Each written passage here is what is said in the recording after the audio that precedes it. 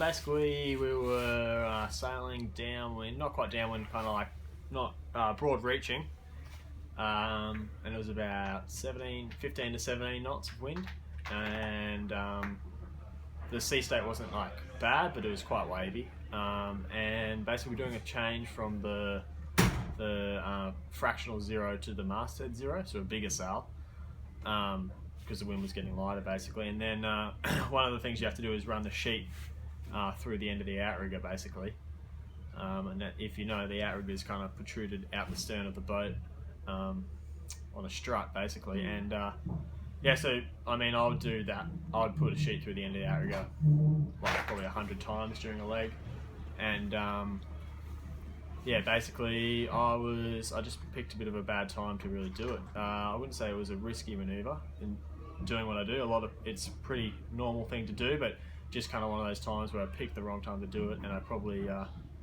misjudged the time to go out. I mean, I wasn't fully on the end of the outrigger. My feet were still inside the rail of the boat.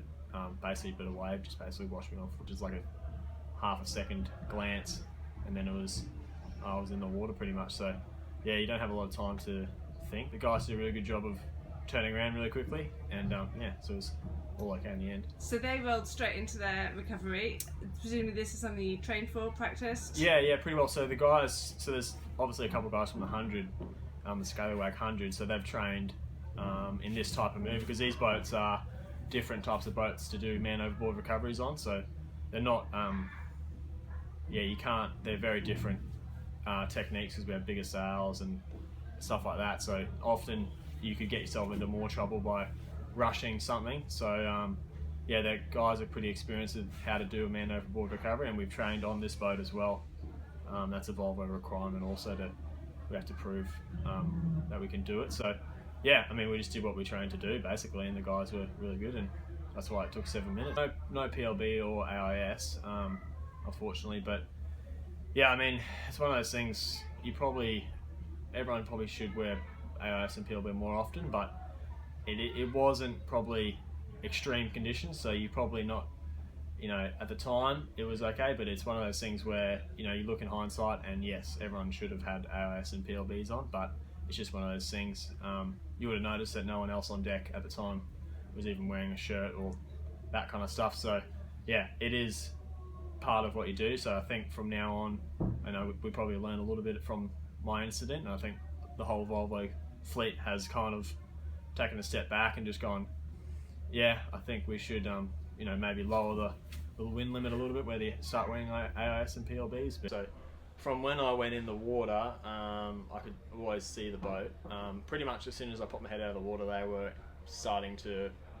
basically had stopped the boat, and were filling up the fro and starting to turn basically. So it's interesting, people ask me a lot, like, was I scared or anything like that? It wasn't really that at all, because they were so fast to turn around and come back that I was never in doubt of them not being able to find me or anything like that.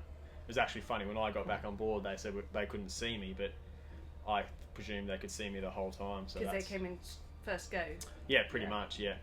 I mean, I was swimming as well, so I was able-bodied, so I was actually swimming towards the boat to try and make it easier for them, basically. Was there anything that surprised you, either, I guess, from your perspective going over, or from their perspective in terms of doing a recovery for real?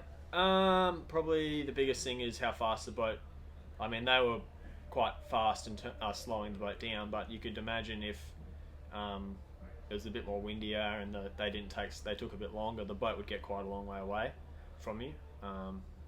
Yeah, and the importance of, luckily, Annemiek Bess threw a lot of things off the back, so the dome buoy and a lot of safety stuff that we have on the back dome there, which made it easier for them to come back to where I was. We don't take any more risks than anyone else in the race. I mean, if you look at the footage from any other boat, it's very similar on how we all wear our safety equipment. So I mean, I know, talking to other people probably did wear bum bags a little earlier now in the wind range, because they'd heard that there was a man overboard, but I think that's just learning from lessons basically.